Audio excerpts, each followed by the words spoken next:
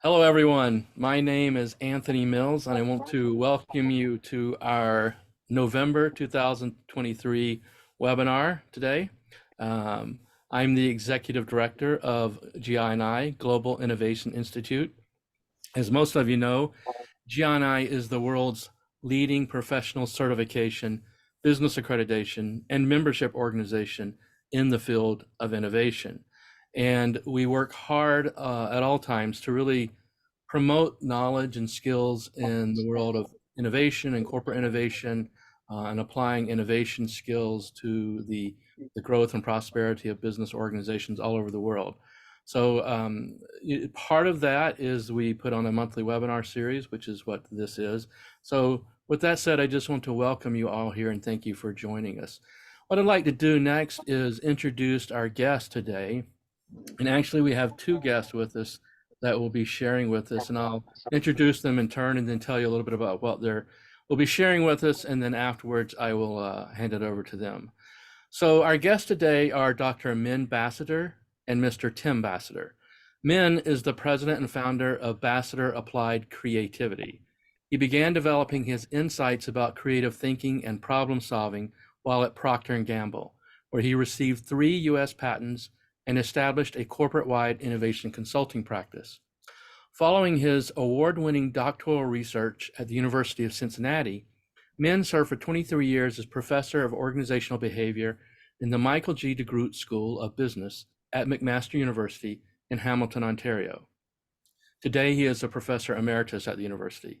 Min is also the author or co-author of a very long list of books on creativity and innovation, including, amongst others, Applications in Organizational Behavior, Simplex, A Flight to Creativity, The Power of Innovation, How to Make Innovation a Way of Life and Put Creative Solutions to Work, Design-Centered Entrepreneurship, Scatterbrains, Teams Find Innovation by Thinking Differently, Think Better, Do Better, It's Not What You Know, It's How You Use It, Thinking.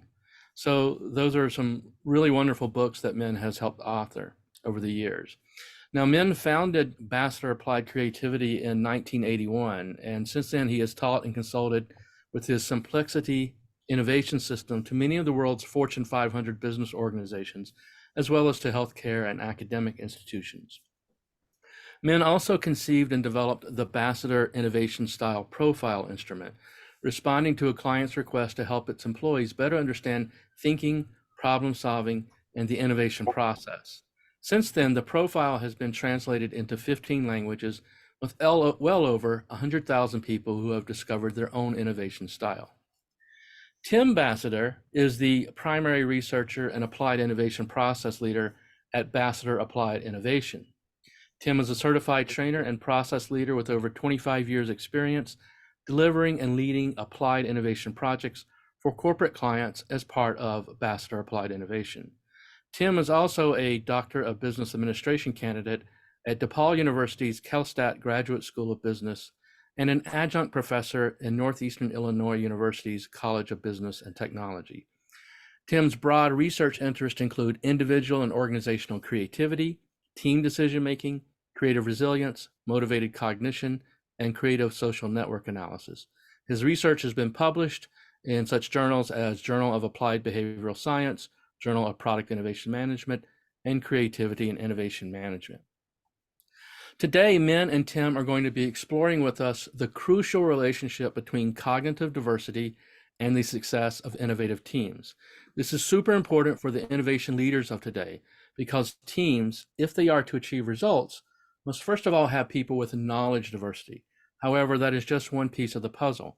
If those same teams are to achieve innovative results, then they also require cognitive diversity, which is diversity in how people think and solve problems. Moreover, harnessing a team's full potential, the full potential of their cognitive diversity, requires synchronizing their individual cognitive diversity styles, and therefore the Basadur Profile, a scientifically based assessment tool that's designed to measure the cognitive diversity of both individuals and teams, which can then be used to help these teams work together most effectively for innovation.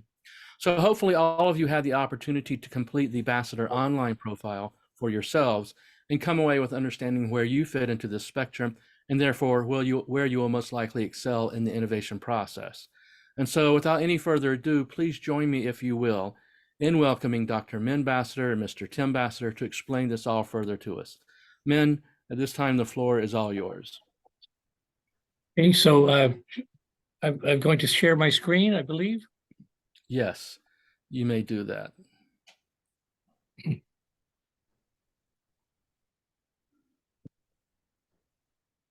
Okay, so everybody can see that screen?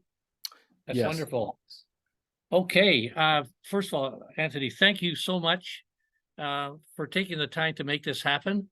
And thank you for everybody who's tuned in also for taking the time.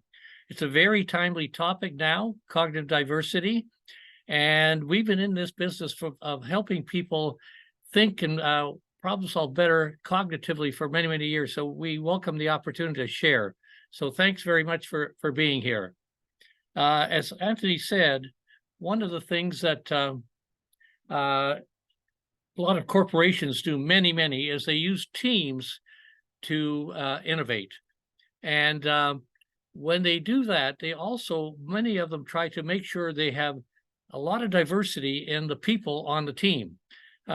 Different subject matter experts, gender differences, age differences, multicultural backgrounds. But it's important to make sure if you're going to solve a problem, have the right people in the room with the right knowledge. And that's what we call knowledge diversity. And Brenda, I was about to make this go, and it doesn't go.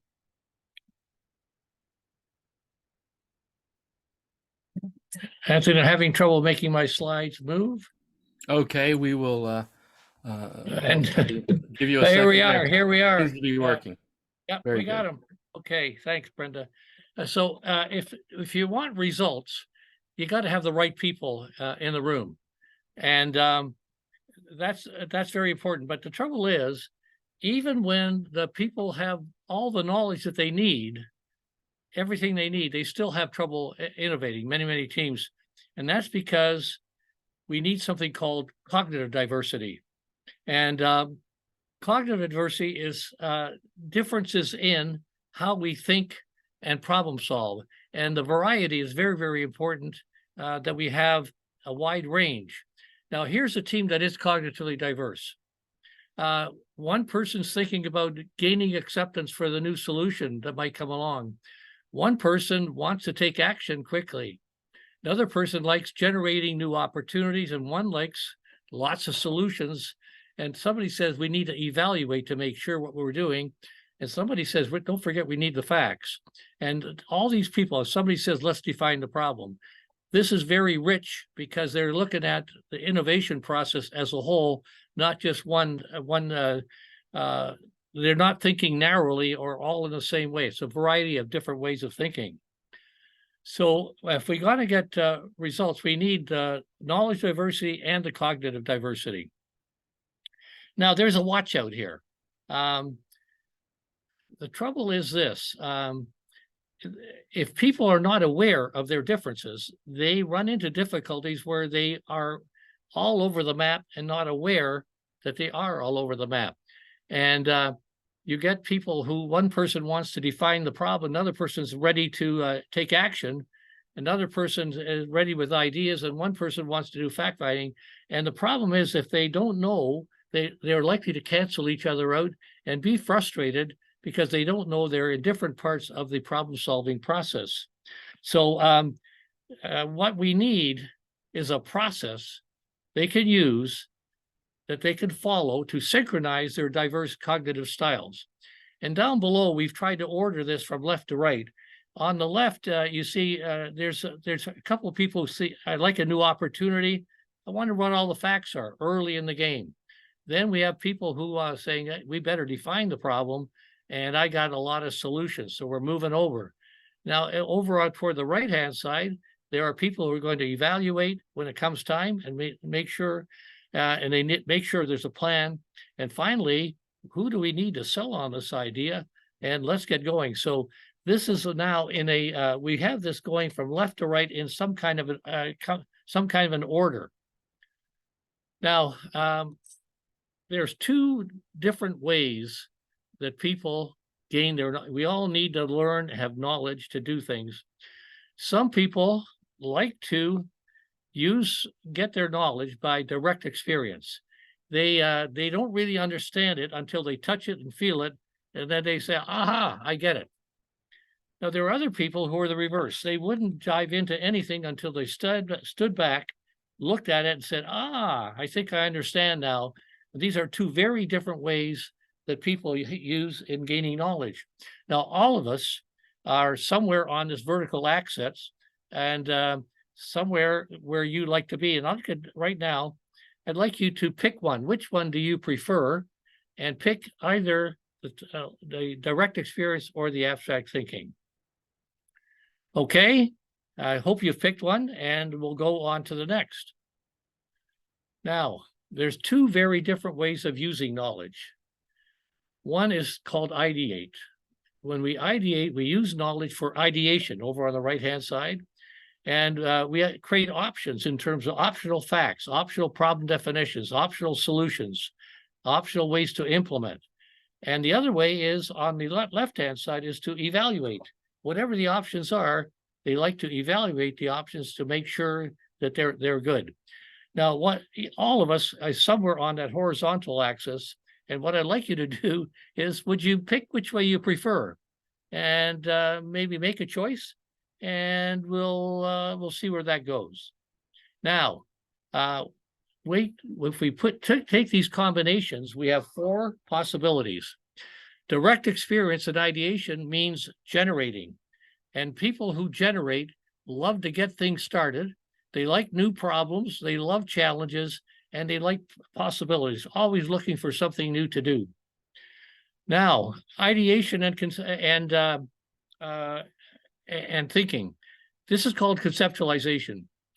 People here like defining problems. They like to understand, see the big picture, put ideas together, and define problems. This is where they like to be. Now, over on the left side, evaluate and thinking. These are people who like to turn ideas. This is a practical place. Turn ideas into practical solutions and plans. Many people who are in engineering will be here.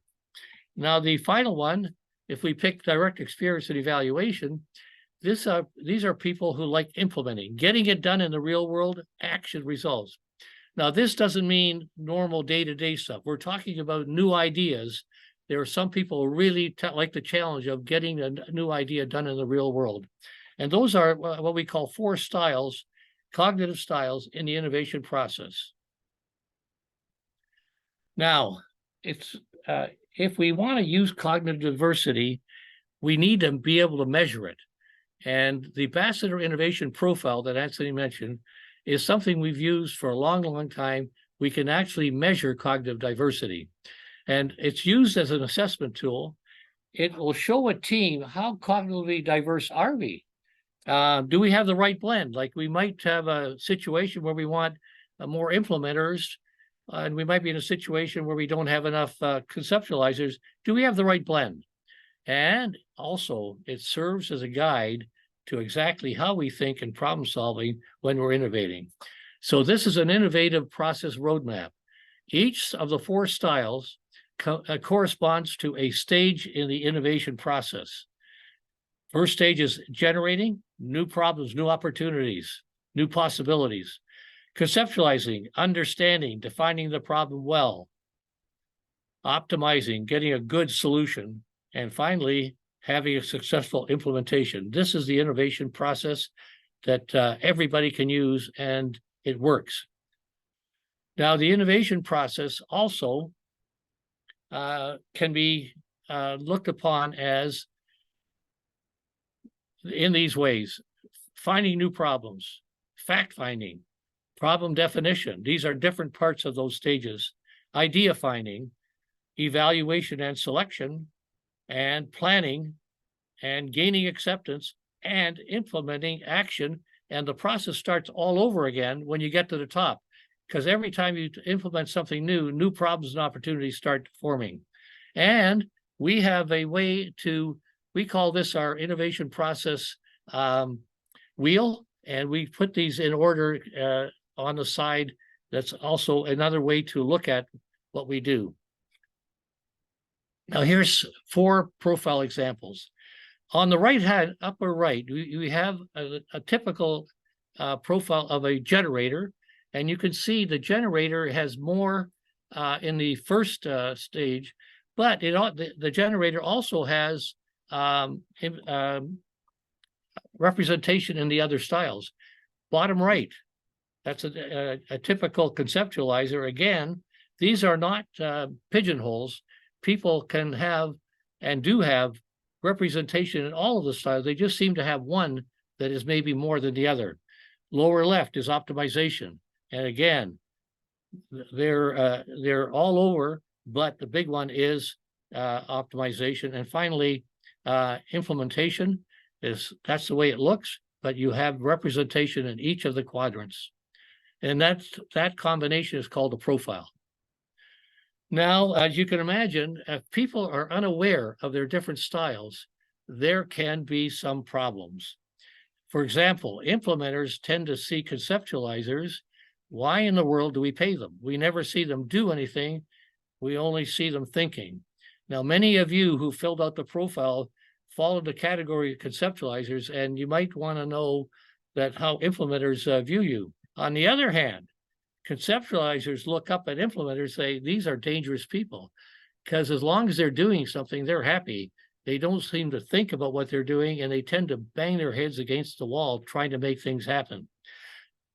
Now, optimizers tend to look up at generators, and many of you are optimizers. These folks can't focus. They start working on 5 new problems before they get one solved. It's really hard to pin them down. All they want to do is keep their options open. Now, generators would see optimizers as these are narrow-minded people. They might have the right answer, but it probably is going to be for the wrong problem. And they can't see the big picture. They're so interested in solutions. So these can be very, very hard on people. But if they're aware of, wow, if I'm a generator, I really would like to have partnership with an optimizer and vice versa. So if you want to think about innovation, think of a battery, and the opposites will spark energy, which sparks innovation, just like plus and minus. And so if there's a couple of people who are in opposite quadrants, 1 and 1 could equal 3, where they spark each other to get ideas that wouldn't have come alone. So there's experiencing, there's time for waiting. Trial and error and pondering, both are important. Time to be childlike, time to be realistic. Time to diversify and consolidate, and visualize and zero in. These are all important things if you get people with different styles can spark. Now, when it comes to teams, we have a way of plotting cognitive diversity, and it's called a team scatter diagram. This is where we can understand each other and find ways to improve team performance. Let's look at us, all of you who filled out the profile, and thank you for doing it. This is what we look like. So let's pause and have a look. What do we see here? Well, one thing I can see is almost everybody is likes to do thinking as their way of gaining experience. We have almost half are conceptualizers, and 75% are either implementers or optimizers. And we have very few who are generators or implementers. So if I was to say, is this team diverse? Well, if we had a problem of implementing, this team would have a lot of trouble. If the problem had to do with understanding a situation and getting ideas, they'd be really, really good. So when we have a look at the scatter diagram, we can infer some ideas about what do we need to do to improve, what do we need to be careful of. Okay, so that's what we look like today. So thank you for filling it out. Now, here's some examples. This is a large aerospace company. They're engineers. They serve aerospace, airline, etc. There's 28 business units. And the trouble with them is they can solve problems real well, but they're having trouble getting into new markets and new products. This is a typical team. If you can see that we might be missing one style, and there's not one generator. Now, the company motto is "We're on it." So they thank people for being out fixing wheels and brakes, but they don't know how to generate new ideas, new possibilities. So what this company did, they began to train people so they could do generation as well. But they also said, we will, if any one of the 28 business units wants to come up with a new idea, you won't have to fund it from your own budget. We'll do it for you. So they made it more attractive to generate. Here's a manufacturing plant. This is a manufacturing team. They're profitable, but they've got a lot of quality defects, a lot of rework, a lot of firefighting, Band-Aid solutions. They're good at doing workarounds to get products out. And this is what they look like. And if you can see, they're mostly in the implementation stage. They love it, but there's hardly any interest, it seems to be, in optimization. So if they want to make more money, they are going to have to improve their optimization to reduce their costs. But if they don't, they can keep on doing what they're doing, which is always staying in implementation. So they have a chance to analyze, what do we have to do? Now, here's a major software company fearing falling behind. This is real. And if you look at the situation here, we've got almost everybody on the left-hand side and not very many people on the right-hand side. And what this company does is continually make small improvements to the status quo. They have teams getting together, improving a process that they're doing little by little, cheaper, faster, etc. But they're very vulnerable to someone who comes along, somebody who comes along and says, I could take that process and totally change it. We could have a brand new process that would save us a lot more money and get us further ahead. Okay, so this is the type of thing that these are real situations. Now, we'd like to have a look at this. There's a team. Let's have a look at it. Okay, so if we look at this team, look at the number of generators and conceptualizers, and there's only one person over on the left-hand side. And what I want you to do is to take a chance, and I want you to choose one of the following descriptions. 1, great planning and lots of ideas. Great ideas, but no action. Great planning and execution. Some problem finding, but no ideas. Now, which one of those 4 would best describe this team? I'd like you all to give it a try and pick one. Okay, now we had one in mind, and the one we picked is number 2. If you look, there's nobody in implementation, not one person, and we have many, many people on the right-hand side in conceptualization and also in generation. So that's the way you would look at this team and say, where are we? And we can diagnose what our team is like. Now, the profile is a very, as Tim mentioned earlier, and Anthony, we have done many published in peer journals. It's got excellent reliability and validity. And the last time we published was in the Harvard Business Review, where we showed what the 4 types of innovators were. And this was very, very, very valid. So people, this is practical and scientifically based. Now, what does the profile help you do? Number 1, you can be confident in your own cognitive style. It doesn't matter which of the 4, you're important, and you can be confident you're doing okay. And the team needs you. Second of all, it helps you appreciate other people and value other cognitive styles. So we don't discount people in the opposite quadrant. They're all very, very important in the process of innovation. It helps us diagnose tensions, cognitive style tensions, what may be going on. Now, very importantly, this is a cognitive profile. This is not personality. This does not measure personality whatsoever.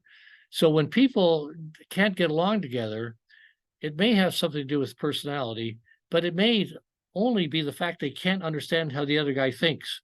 So it makes it very simple to use, and people really like finding out that somebody else thinks differently from them and they're okay. So very, very important that it's cognitive, how we think.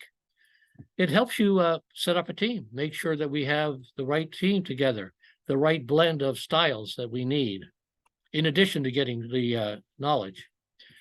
Now, the big thing is here, many people do not understand innovation as a process. It is a process.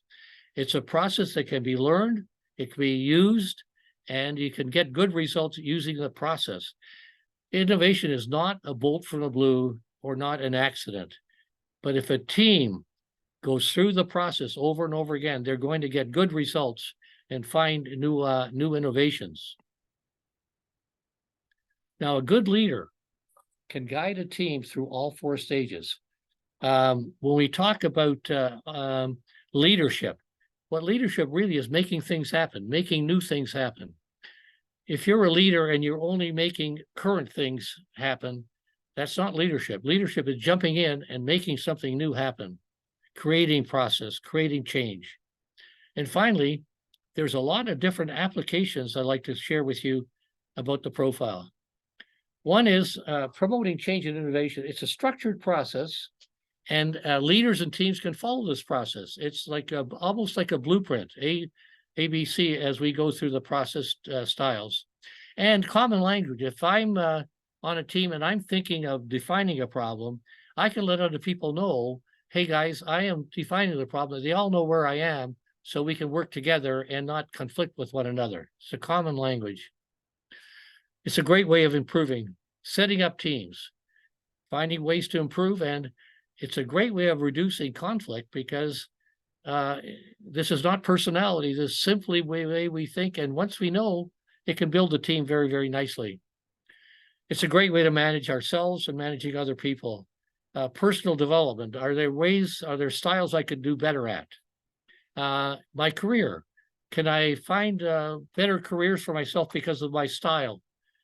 It helps people get people hired onto a team needed, or transfer people into ways that they might grow and learn all the styles.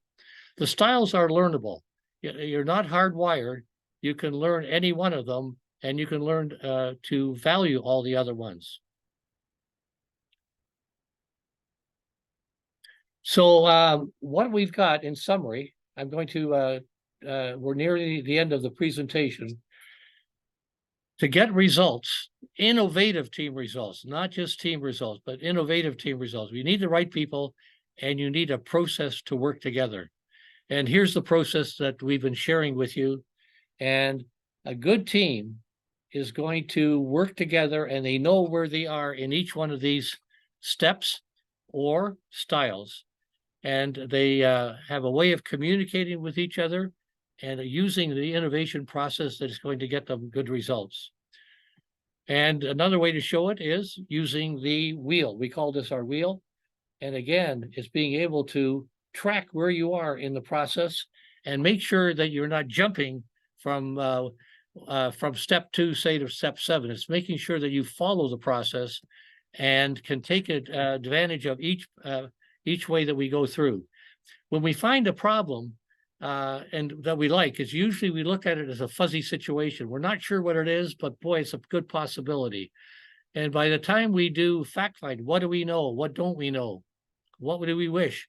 We can define the problem in a very, very unique way that is motivating. And here's where we use the term, how might we? How might we improve our sales, etc. Okay, and now to learn about your own style and your team's cognitive diversity styles, this is the place to go. And if you have a team and you'd like to try go to the profile .com and give it a shot. Okay, so we encourage you to give that a try. This is the type of thing where taking the plunge and giving it a try is a great way to say, I get it, and we'd like you to do that. And I'm going to turn it over for questions. My contact information is up there, and also our full website is here as well. So, Anthony, I think I'm on time, and I'd like to turn this over for questions. Very much on time. So we have Dr. Basadur and Tim Basadur here with us to really filled your questions. And so, what I'd invite the audience to do is add your questions to the chat or comments to the chat window, and we'll try to address those as they come along. I'll get it started by asking a few questions. Both of you have worked with a lot of teams in the past and facilitating this process, and you probably have gone in and seen teams that were, for lack of a better word, dysfunctional because they didn't have the right mix of cognitive diversity styles, and so they weren't able to make progress. And can you just share with us? You don't have to necessarily name names, but share with us some examples of situations where you've actually had organizations restructure the teams according to this proper mix and the progress they've made from that point. Well, I'll start off with this. A fundamental thing for us is, as Min mentioned at the very beginning, you have to have the right knowledge diversity in the room. People who know what they're talking about in terms of the problem or opportunity they're facing. So we don't really recommend that they remove people off the team based on, maybe there's too many. Let's use our webinar scatter diagram as example. We wouldn't ask people to leave simply because we have too many conceptualizers. So what we do kind of talk about is, as been mentioned, is even though you might have a dominant preference, the 45% of us are prefer conceptualization, but that doesn't mean that you can't do the other styles well. You can't, we all have some presence in all four stages. So for us, I think mostly it is around getting people to do well in all of the different styles, in synchronicity, step by step, than it is to say, okay, wait a minute, we need to totally restructure the team based on the style disparities. And you might have a slightly different take on it, or it could build on that. Yeah, there have been times. So that, like I mentioned that first slide I showed on that team that had no generators. Um, you quickly can kind of diagnose what's going on, and in that case, they totally revamped the organization in learning the styles and making it attractive for people to do parts they didn't do. That company went. That company became a very, very profitable company by after 9/11 happened, and they were in the business of airplanes, etc. Instead of cutting back, what they did was they said, we're going to innovate our way out of this. And they had they worked on innovation and found ways to build their business back up and became extremely profitable. That's one of the best example. So I don't know if that answers the question or not, Anthony. That's very good input. I mean, that's actually a learning point for me because I just always assume we replace people on the team. But thank you, Tim, for clarifying that what we actually do is go in and we educate the team members on these different thinking styles and cognitive processes and try to enlighten them enough to where they can at least role play into these different areas and think that way so that the team can move through the process as they go through it. So that's enlightening. Yeah, and actually, no one gets voted off the island. Is another way to put it. You don't get voted off the island. You're okay. I have heard of places where extra people got added into teams, at least for a short period. For example, I heard of one group where it was all engineers. They were just having problems being very conceptual about things, and so they brought in some artists and some poets and some people who just thought extremely differently from them, and they added them to the team at least for some workshops for a short period. Said, help us, look at this situation and think differently about it. And these type of people were able to really augment their own capabilities and help them think differently. You have any comments about augmenting teams like that? Oh, yeah, absolutely. It is part of, in a way, you're talking a bit about knowledge diversity when you're saying bringing these people in, but it is because they do think differently. And so yeah, we will refer to them as just sometimes as kind of wild cards. Yeah. People that you're bringing in because they will look at things from a different point of view. They will just by virtue of their thought process, they'll ask different questions. Uh, they will not make assumptions. Maybe those that are in the team will, right? Because they don't have the blinders on that experience and conditioning tends to put on people. But also when they bring us in, if when I'm hired to facilitate, to lead a group through our process, that's my job as a facilitator. That's what we do. We're to bring the process to them. And so I'm not in there because I know anything about necessarily what they're working on. I don't have any expertise in there, but I do have expertise in the process we're using, and I can listen to what they're saying. And any skilled facilitator, not just me, but will can identify patterns and hear things that might be missed, but also just simply challenge them, ask some very simple questions that you as an outsider say, well, this is a pretty simple question, and I haven't heard something that really addresses this, so I'm going to ask it just to spark the group. It's something different for them and get them to think a little bit differently, and so on. So yes, definitely can do it. Yeah, that's a good point, because I think a lot of one of the things, like you said, that these people do is you talked about them sparking each other, and having this creative, productive conflict. That's very important in having these different styles, is to create that productive conflict. And I think a lot of times, we have in any given industry or markets, we have hidden assumptions and orthodoxies we just accept. We don't even think to question them. And so a lot of times what different thinkers do is they pull the cover back on that and say, hey, you've made some assumptions here that may or may not be true anymore or valid anymore.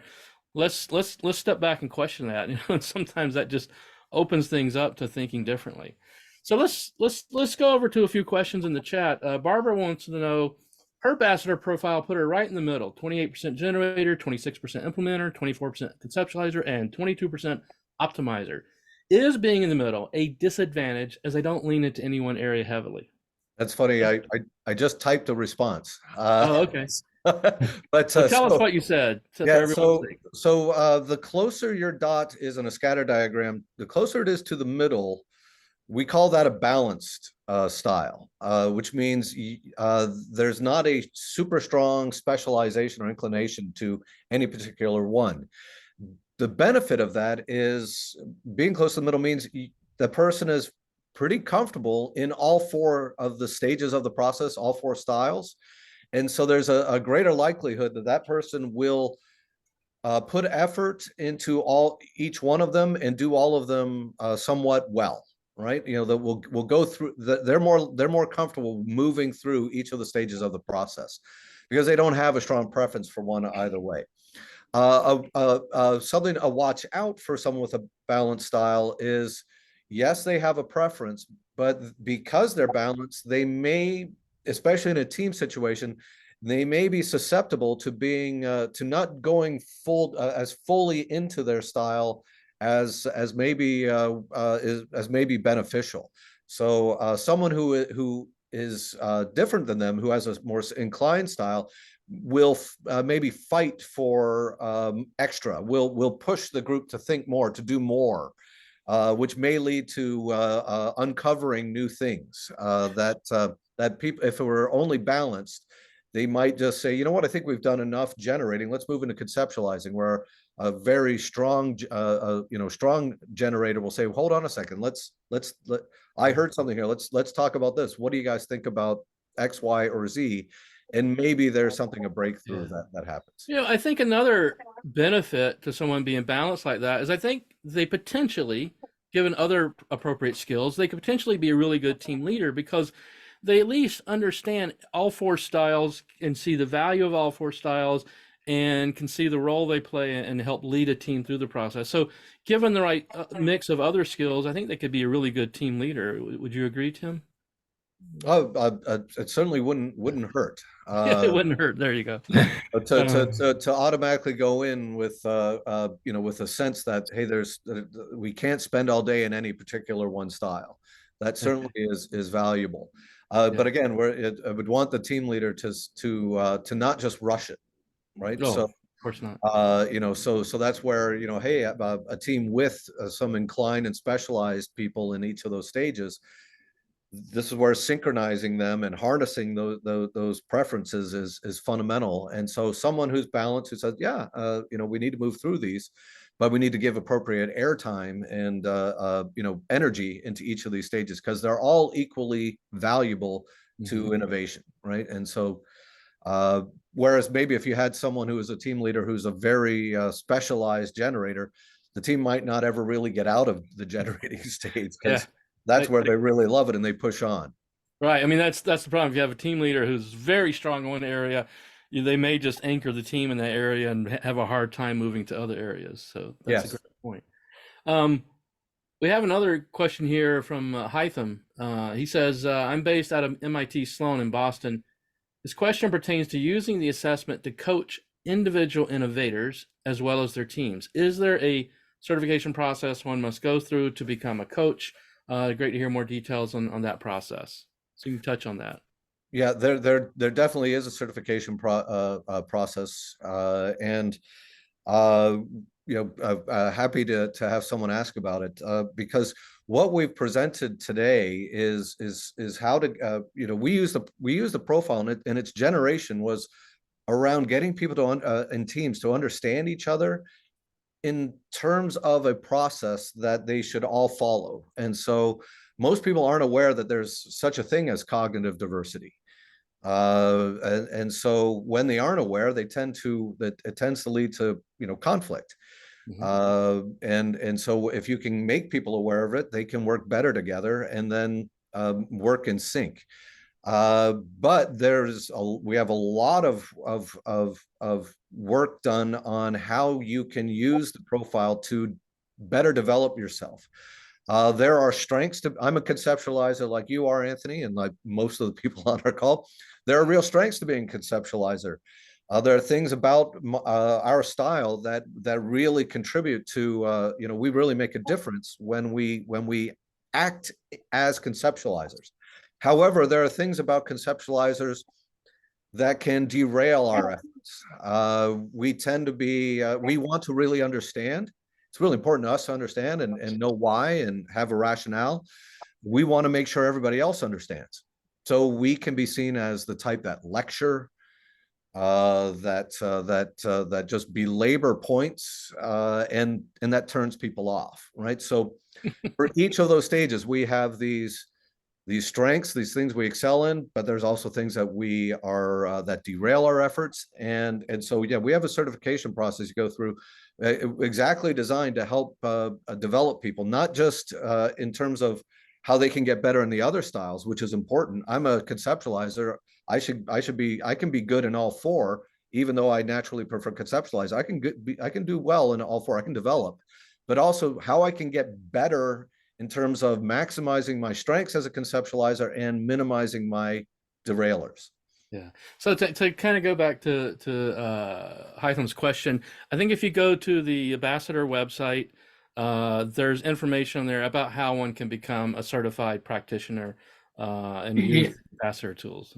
Yeah, I'm glad you mentioned that. Yeah, we have a very, very strong certification process for people who want to coach teams, help teams, and things like that.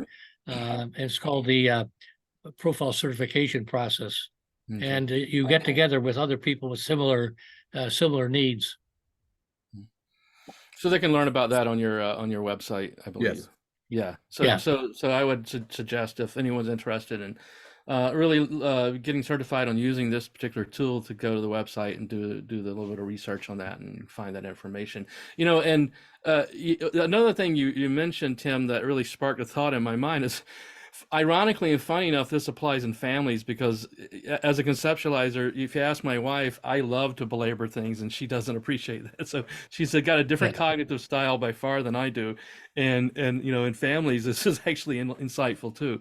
But actually, another place where I think in industry that this message needs to get out is in human resource departments. And I deal with this all the time. I see a lot, human resource groups, they have their diversity and inclusion and equity groups and, DEI groups. and they're really focused on trying to drive diversity and inclusion. But the things they're focused on are, primarily gender diversity, racial diversity, and all those things are very, very important. But as we move into trying to get things done in teams, I mean, the first thing is obviously we need knowledge and experience diversity. We need the right people with the right knowledge and experience.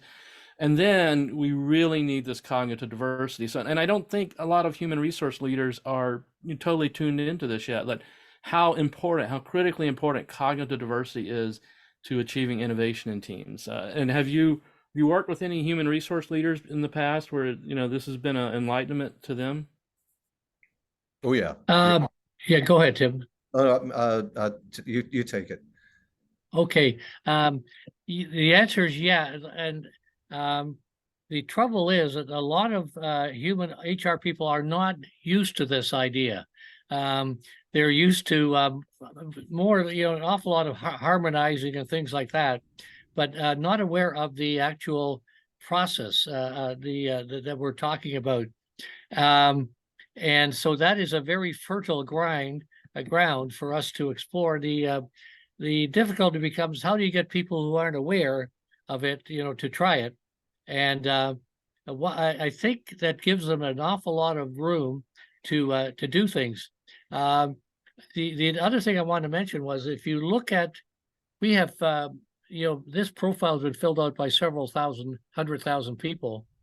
And can you guess what the number one of all kinds of people in all kinds of organizations? Can you guess which quadrant or which style is the most?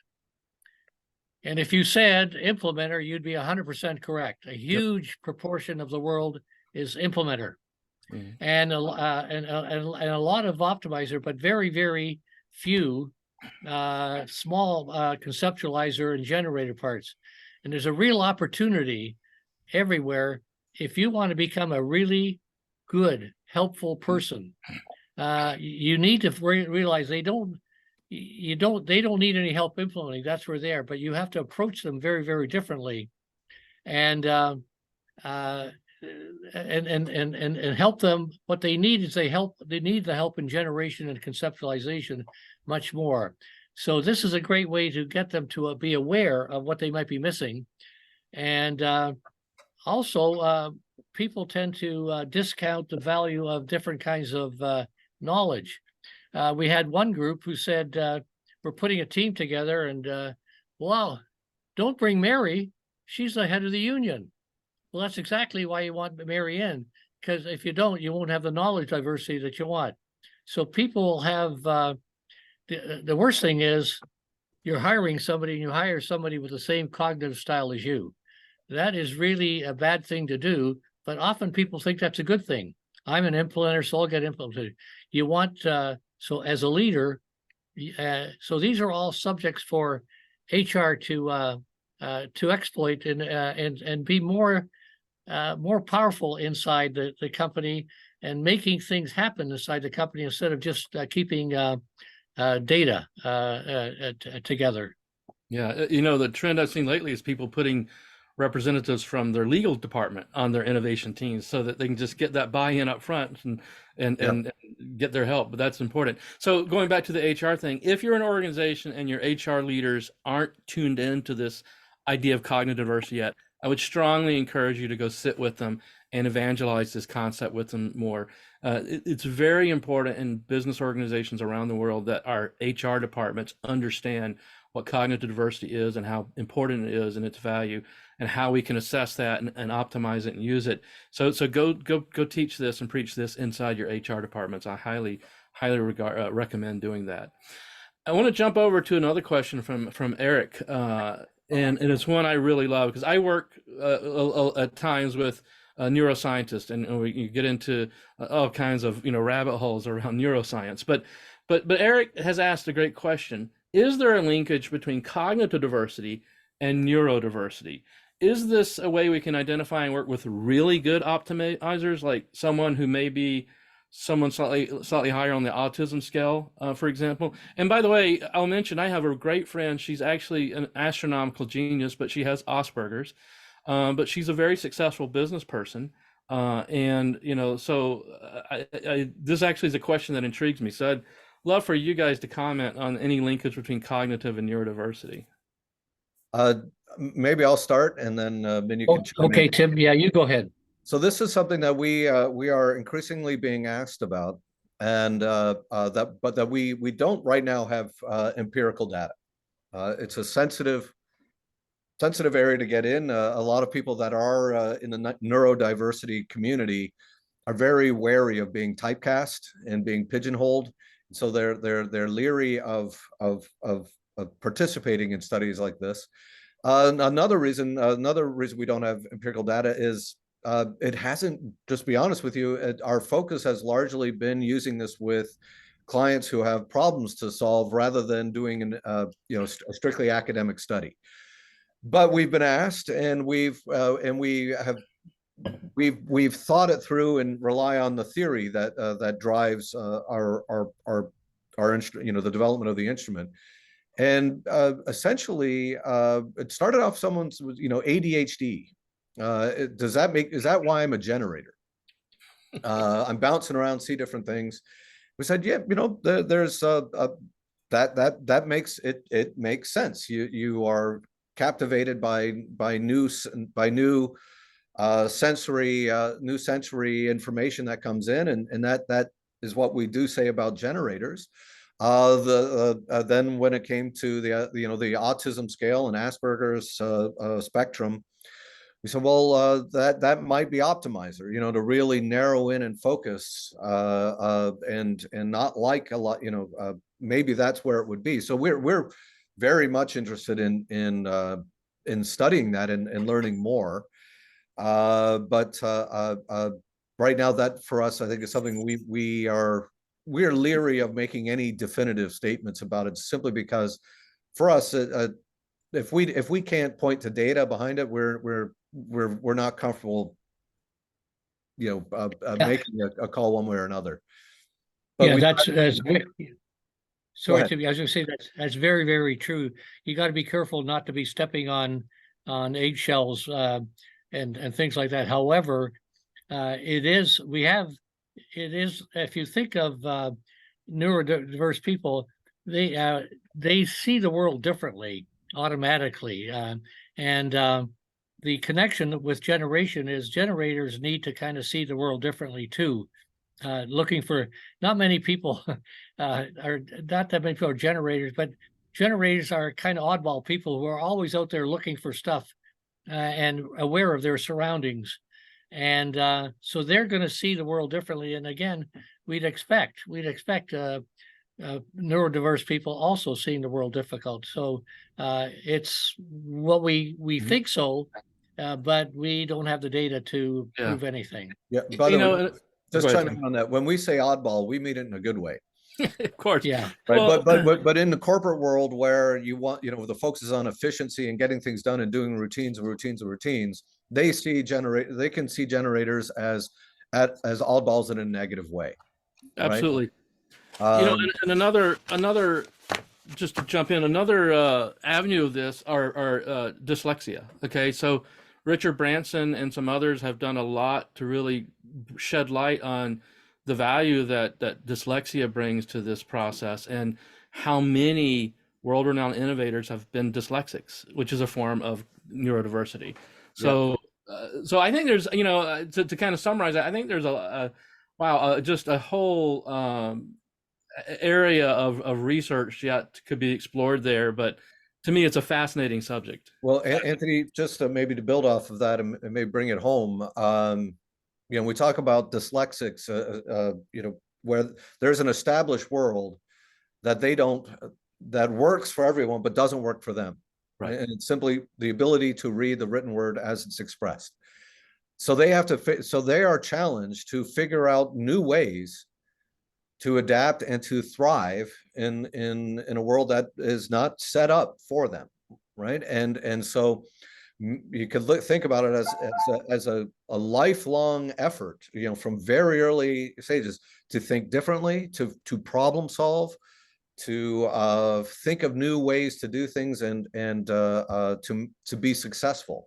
And so maybe it's seen as a disability, but in every, maybe there's but it builds abilities as well, right? It develops them. And so maybe there's something there. Right. It's not better or worse, but it's different than. And it's Yeah. and to me, if I were building a team, I would look for individuals, to complement the team. There might not be the executors, but boy, I would love to have some people who are dyslexic and maybe Asperger's on this team, because I know right off the bat they're going to think differently and they're going to challenge some things. So, but I'll settle for the normal generators and conceptualizers that we get in industry. But obviously you want a balanced team, but I think there's value in that. Let's move on. We got just a few more minutes left, and there's a couple other points that we can touch on real quick. I think someone had asked about the mechanics. Gert had asked about the mechanics and how do we ascertain that it's reliable and valid and so forth. And Tim, I think you'd mentioned in the chat, there's been a lot of effort been done in the past to validate the profile of the instrument and to prove its validity and reliability. You just want to take about 60 seconds and touch on and sort of that process of how it's been validated? Yeah, so actually one of the things I did is I put two recent research articles that center around the validity and reliability of the instrument. I put those in the chat, just if people are comfortable reading academic papers. Not everyone is, but it's there. But so the profile's been started off, with the first. We're on the 5th version of it. It has consistently been. We're always looking at ways we can strengthen it, make it stronger and stronger. The Cronbach Alpha for the two scales, because there's two things it's measuring: your preference for learning, whether it's through abstract thinking or direct experience, as well as your preference for using your knowledge, whether for ideation or to evaluate. Those two scales are measured, and they both have a Cronbach Alpha is a 0.8, which is very strong. So it's a reliable instrument, and its test retest reliability is there. Now, if your work should fundamentally change, the cognitive demands on your work, that your work places on you should dramatically change, we would expect your style to change to reflect it. And again, this is something where we currently don't have empirical data on it because it's not been something that we have focused on in our application of the profile. But it's something that when we work with clients, we're not doing it to do an academic study. We're doing it to help them solve problems. And that's a great point, Tim. I think that's a valid point. I mean, the cognitive demands of the role we find ourselves put in will draw out certain different tendencies. So if we're moving different roles at different times, I myself consider myself a chameleon, and I adapt to whatever role. So there's times I have to execute, I move into that role. And if I'm in a role that's demanding that all the time, I'm probably going to register that in an assessment more. Yeah. So in a short period of time, if your overall work requires the same sort of thinking and problem solving, it's very reliable and it's stable. But say you go from being the director of, you're in sales, and you have to make you're pushed to, in sales, you have to always be closing. Short-term results are fundamental. If you were to switch from that to something that didn't require short-term results, was more long-term thing. Say you went from, and this was a friend and colleague of mine, a friend from high school. He went from a sales role to a strategic role.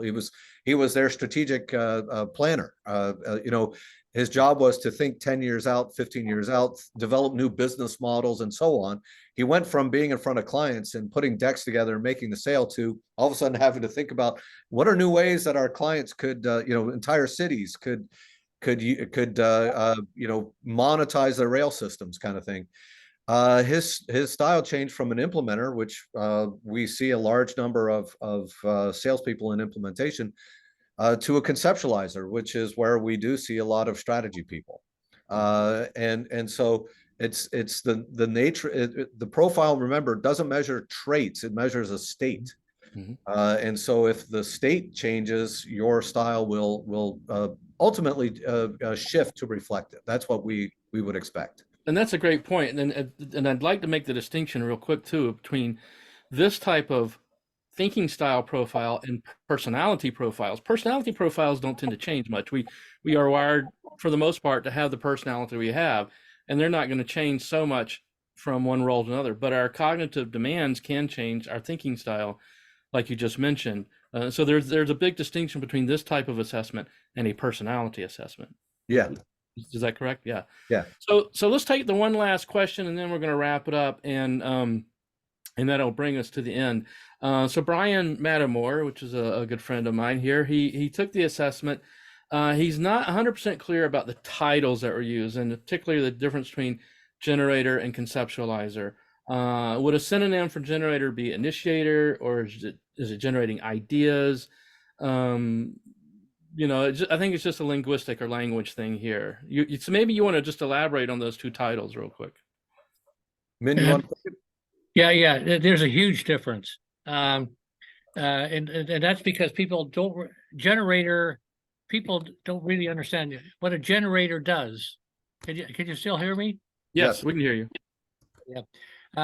A generator is a type of person who is always looking for something new, finding new problems. He loves problems. Woody Allen once said 80% of anything is just showing up. The generator believes that. You never know when something new is going to happen that he can make a connection. Somebody falls down in Timbuktu, and he figures, I can figure out how we should go with that. So it's a very unusual. Now, the conceptualizer is exactly opposite. The conceptualizer can take something fuzzy that the implementer, the generator found, something fuzzy, and that person can really understand what the situation is, what the problem is, define the problem. Einstein once said, if I had an hour to save the world, spend 55 minutes defining the problem. So they love understanding, and that is very different from the generator who wants to go out and initiate brand new things and gets a charge out of it. Really likes coming up with new problems, and so the generator is someone who can understand fully and says, wait a minute, we're not going anywhere till we really understand what is the problem we're trying to solve, that this idea might help. So they're very, very, very different things. An initiator could be a good word to use, but these are people who like doing it, and they see value in everything, and they're out there looking.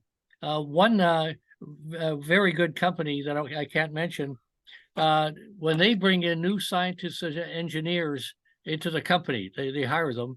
Guess where they spend the first 2 months, 2 years of their time? They put them in the sales department. Why?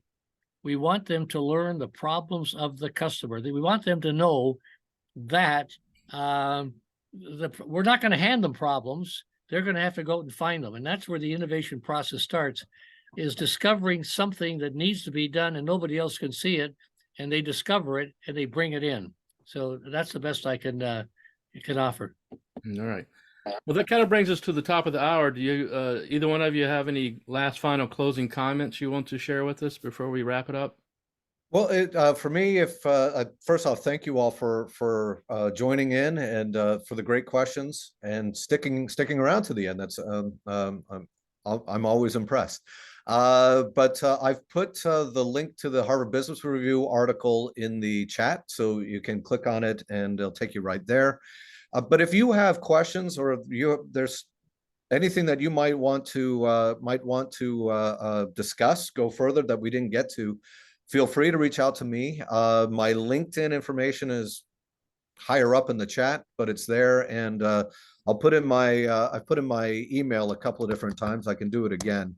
So happy to connect with you, either on LinkedIn or by email, and continue the conversation. All right, Min, anything else? Yeah, and for me, just really happy that you initiated this, Anthony, and that people showed up, and yes. Just it's been a pleasure putting this on and hearing what people are thinking, and I'd like your participation too, Anthony. Thank you so much. Yeah. My pleasure. So I just thank you both and thank all of our guests for being with us today.